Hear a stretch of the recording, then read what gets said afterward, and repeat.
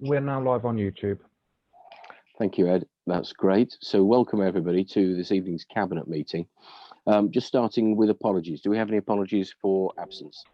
Yes, Councillor King sends her apologies, Chair. That's very good. Thank you very much indeed. We have some minutes from our last meeting. Can I ask if anybody has any queries over those minutes or corrections that they wish to propose to those minutes? Happy to agree them, Chair. Okay, thank you very much. Is that accepted? Is agreed? Agreed. Thank you very much indeed. We have no intention to hold any part of the meeting in private this evening.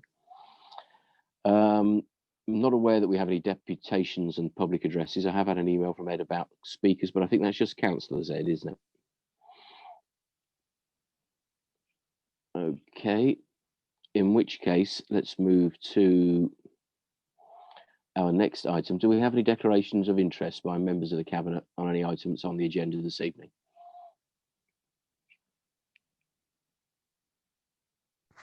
No hands are raised, Chair. Yep, that's lovely. Thank you, Tracy. We have no issues arising from overview and scrutiny, I don't think. So we'll move to our first main item, which is item 7. And this is finance monitoring. We do have councillors registered to speak. Perhaps I'll start by handing over to Brandon just to outline the paper, and then we'll take speakers. Brandon, over to you. Yeah, thank you, Leader. So today I'm bringing the report to June 30th, 2020. It's the monitoring report. As a result of the COVID pandemic, I provided an initial update with the Council's finance position on the 27th of May and a further update on the 22nd of July. And present this report and present this report on the first quarter of the 2020-21 up to the end of June. The position has improved slightly from the 2.41 million pressure reported last month, and the current forecast position is 1.434 million. So it's gone slightly down, Chair, just over 1 million, which is a good sign, and the staff are still working tirelessly to get that one down.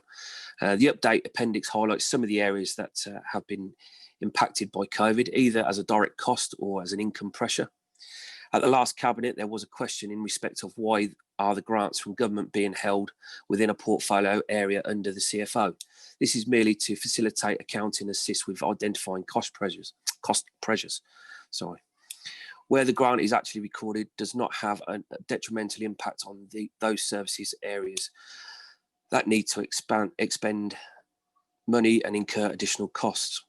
Environments, moving costs or budgets will take place during the year once costs and need are more stable. The forecast in this report assumes a prudent view of the government support announced in respect of lost income through fees and charges. We await further guidance and confirmation of the schemes and how it will work and what will assist with. However, I am aware that the initial draft guidance has been shared this week with officers and anticipate the forecast overspend position improving in the next report. However, as some costs and losses are unlikely to be covered by government grant, there is likely to be a residual overspend pressure throughout the year, which we'll keep a monitor on, and obviously we'll bring that back to Cabinet as and when. Regarding the business support grants, the government has advised that the scheme will close at the end of the month. So our staff continue to seek out and process small flow of grants in respect of retail, hospitality, leisure and small businesses. We have now distributed just short of 3,000 grants to businesses.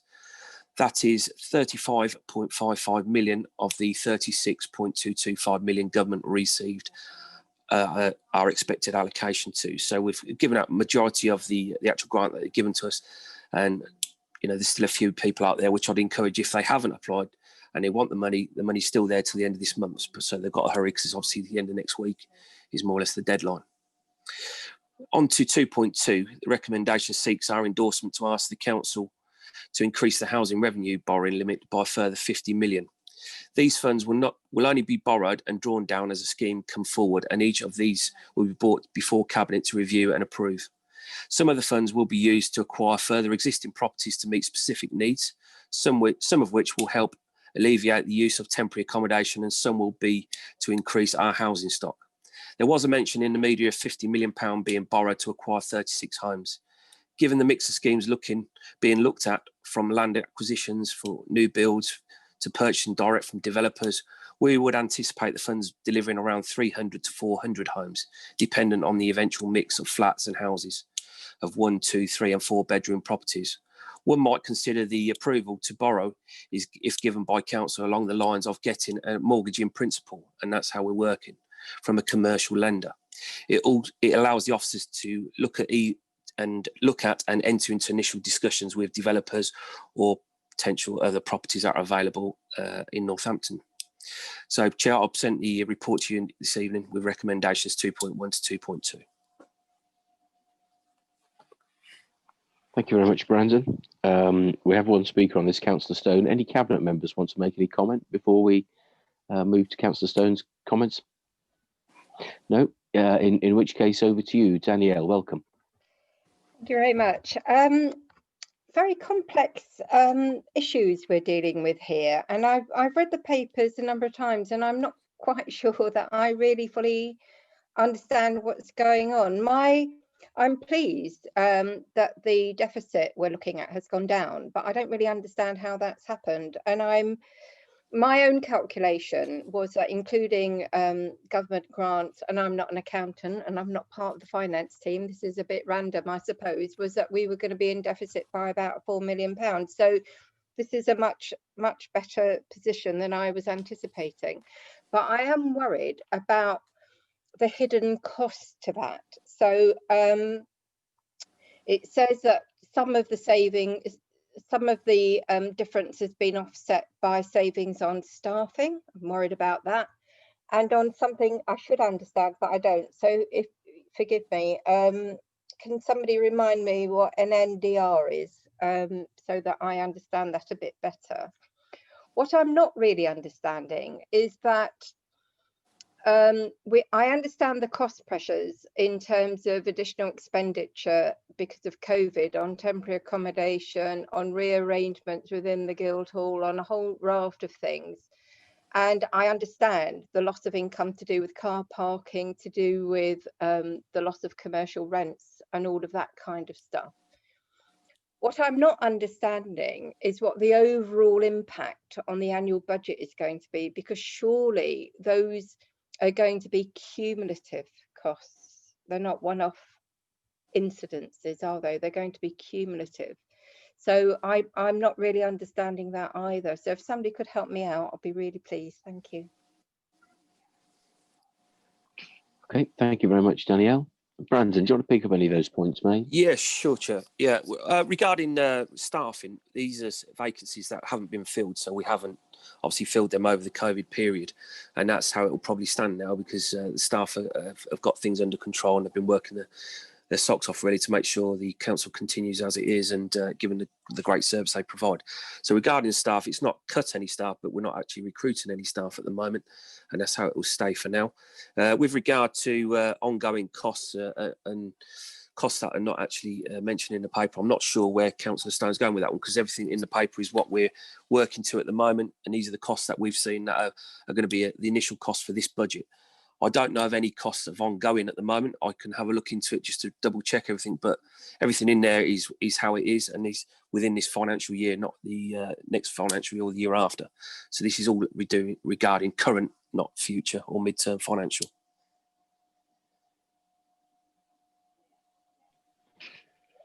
And Okay. NNDR, help me out, please. Yeah, that's the discretionary rate. So that's yeah. So again, that's one thing we bring up every year. Again, we'll be looking at keeping an eye on that as well, especially with the CTRS as well, because there will be probably an increase in that as well over the next few months, which will be helping out residents. And I think it's been mentioned as well about collections as well. Obviously, we've reduced our enforcement on that side of things anyway over the last 2 or 3 years.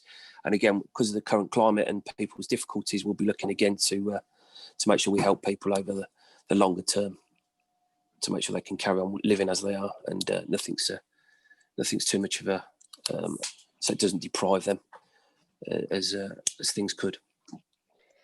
Broadly Please, speaking, business rates, of course. Could I ask a supplementary question in relation to staffing? Yeah. when the decisions are made not to recruit, and I understand the difficulties during the COVID crisis, but they're not insurmountable. I've been involved in hundreds of hours of recruitment over the period. Do we check with HR, with the head of wellbeing, exactly what the impact that is having on the rest of the staff? Because I am acutely aware that our staff have worked their socks off and over the odds, and are very tired and are very stressed. So every time I see, you know, that we are halting recruitment or whatever it is, it worries me, because I think we need to be seen to be a really good employer. Yeah, I mean, if staff have issues or they're stressed or they're really tired about all the work they've had to do over the last few months, then, you know, if they get in contact with the line manager, we're here to help them as well. And we will make sure that we help them as much as we possibly can to get them through this difficult period. So I'd urge any staff, you know, to go through their line management. Well, you know, as councillors, we know most of the staff as well, especially the cabinet. We get to know all our own staff. And if there is a major issue in there that they're struggling, then they need to let us know so we can address that and go through the HR department as well.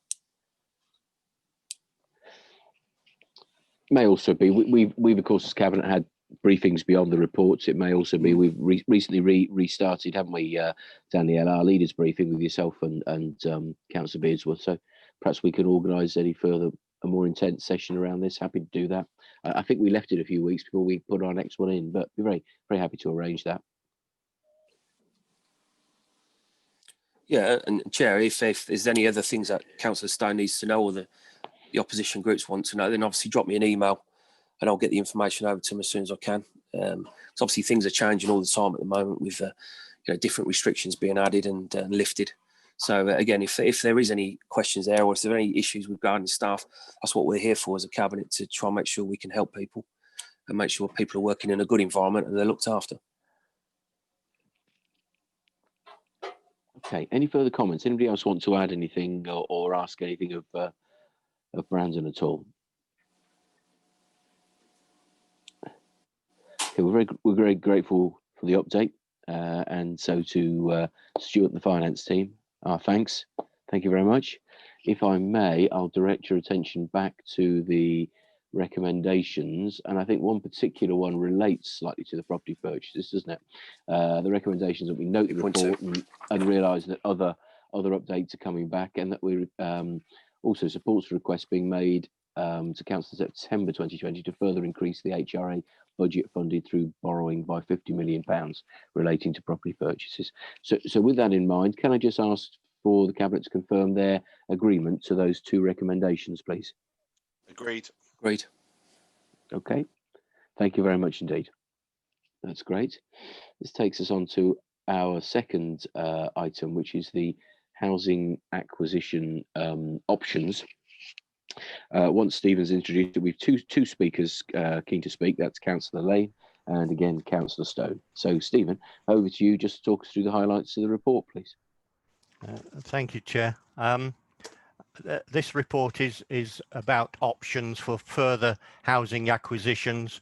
It follows on from a successful pilot scheme during which we've acquired 24 properties. It proposes to extend that scheme and to include any suitable homes, not just ex-council houses, and it also seeks to expand on the scheme to house rough sleepers through the governance Move On initiatives, and in that respect we're seeking funding from Homes England and MHCLG, through which we hope to acquire 31 beds and 6 HMOs. There's a great deal of information in the report, so I won't dwell on it too much, but it is important to note the positive impact on nightly purchased temporary accommodation by moving families who've spent the longest in temporary accommodation into the newly purchased properties through direct lets, and indeed that progress we would want to continue through the new options. Important lessons have been learned from the pilot scheme. One of the things you'll spot is that on average 198 days were spent between identifying a property and letting it.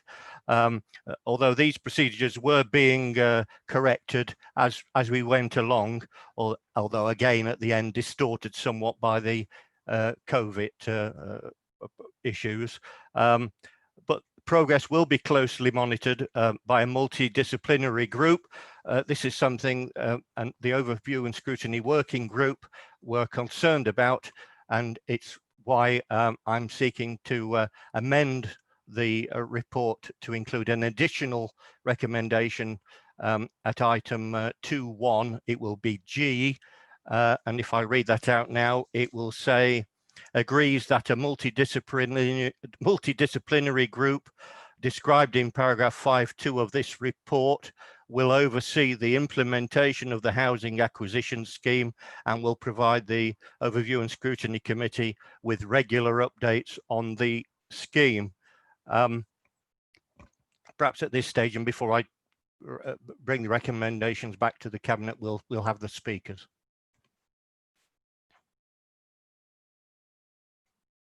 Thank you, Stephen. Thank you very much indeed. So let's move to our two speakers then. So first of all, Councillor Lane. Jamie, welcome. Over to you. Thank you, Leader. Yes, really just to thank Councillor Hibbett and Phil Harris for bringing this to Overview and Scrutiny and letting us do some pre-decision scrutiny on the report and recommendations. And as Councillor Hibbett mentioned there with the amendment, we welcome the amendment and we look forward to seeing the reports and keeping abreast of what's going on with this project. Thank you.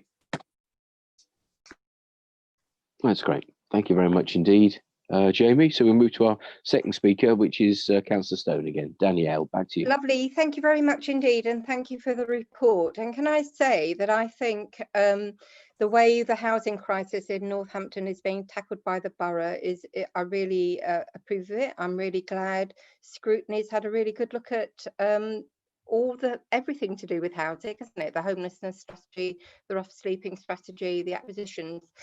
And I think that is absolutely the way to go. I do think we need to be even more rigorous in a way, though, because I'm really worried about the length of time people are in temporary accommodation, and I'm worried about the impact that has on family life and the impact it has on children. I'm also really mindful of the fact during the COVID crisis, a lot of my constituents who are living in socially overcrowded conditions have found life absolutely intolerable, and the impact it's had on their children and on their main carer has been awful, to be honest with you. So I think there is we have got still a housing crisis in Northampton. And I think, I don't know, you give me some advice. Do we have a cap on how long people are allowed to stay in temporary accommodation before we move them on into permanent accommodation? And I don't understand why so many people are in temporary accommodation, to be honest with you. I know people hit crisis points in their lives, but if they're entitled to council housing, they're entitled to council housing. And I don't see why we can't move people on more quickly. I know we need to develop our stock, and I'm pleased that we are. And I'm a bit wary of us going out into the private market. I think it's our stock we need to be building and developing. But I think there is a bit of work still to be done, but I welcome the report. Thank you. Thank you, Danielle.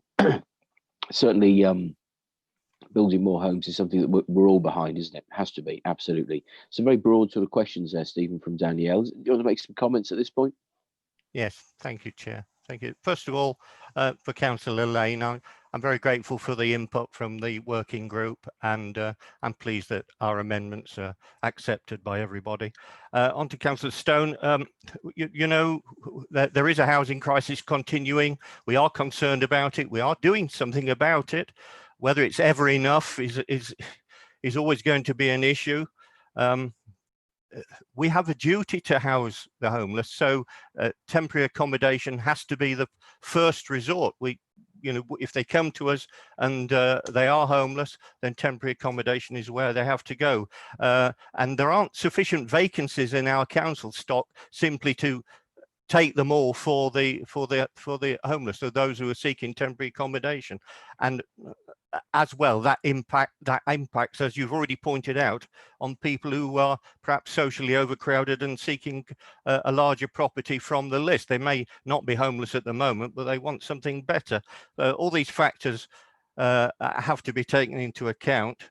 But we are, as this report shows, attempting to do something about it. And of course, by buying housing, it becomes part of our stock. So we are expanding the council-owned stock by buying private houses that are in private ownership. I did want, before proceeding on to bringing forward the recommendations to you, I'm glad Councillor Eldred mentioned the media report earlier, and I'd like to comment too on the unfortunate Chronicle and Echo report, in which they refer to £20 million being expended on the 24 houses that are part of the pilot scheme here. Those figures, I mean, the figures they've repeated are so ludicrous that they become ridiculous. I've commented privately, I'd like one of those council house mansions myself, because if you do the maths, it works out at about £830,000 per purchase. I would ask the Chronicle and Echo to correct those figures. I understand that's in hand, but I think the matter deserves an apology too, and I hope they're listening. I thank all of the officers involved in this, and in particular our Director of Housing. He does a sterling job on all of this, and I'd like to move the recommendations that are contained at 2.1a now to G. We have to take into account the additional recommendation at G. Yeah, thank you, Stephen, and thanks from all of us for the housing and finance staff who have worked on this. The recommendations are to continue the scheme and to expand it following successful pilots. So can I just ask Cabinet to confirm your agreement to the recommendations, please? Councillor Agreed. Larratt is indicating to speak. Oh, I beg your pardon. Sorry, Tracy. Who's indicating? Councillor Larratt. I hadn't seen Phil. Sorry, Phil. Over to you. Thanks, Tracy. I'll put up my virtual hand in the box, so perhaps you didn't see it. Can I just say, Chair, I totally support this report.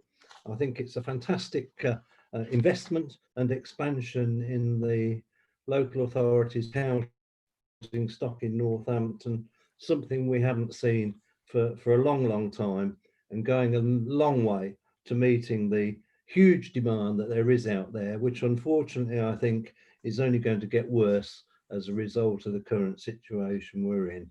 So it's a fantastic investment, and I fully and totally support it. And I think we should commend all our officers in the borough and in MPH for the work that they've done in getting us this far. Can I just add one word of caution, Chair, because I am mindful of the fact that when the last housing crisis came up and the financial situation, a lot of houses in Upton were purchased by a housing association, and it did create a lot of problems in certain areas of Upton. So when we're buying houses, which I totally support, can we make sure that we don't flood areas and that we're spread them out across the town, and that it works for the benefit of all. Thank you, Chair. Okay. Thank you, Phil. Yeah, good point there, which I think we're just asking Stephen to perhaps take on board and pass back, aren't we? I'm absolutely certain that, that when they stress at MPH they're going to be looking for suitable housing, that's a factor they're going to take into account, I'm sure. Very good. Thank you. Okay, so once again, just to direct... Chair yep. Francis Fernandez. Just a matter of process. Yeah, I did remember my hand up, Chair. I hope it's the virtual one rather than my physical one. But just a matter of process, Chair, because there's a new recommendation that's been moved by Councillor Hibberd. Can we have a seconder for that additional recommendation? To second it. Happy to second, Chair. Thank you. Thank you, Chair. Okay, thank you, Francis. Yeah, that's great. Okay, so we have a proposer and a seconder. I just ask the cabinet then to confirm their agreement to that proposition. Do you agree? Agreed. Agreed. Thank you very much indeed. That was our last item of business on this evening's agenda. So thank you to everybody for all the work that's gone into the reports this evening and for your attendance at the meeting. Thank you very much indeed. Thank you, Chair. Thank you. Thank you, Chair. Cheers. Yeah. Thank you.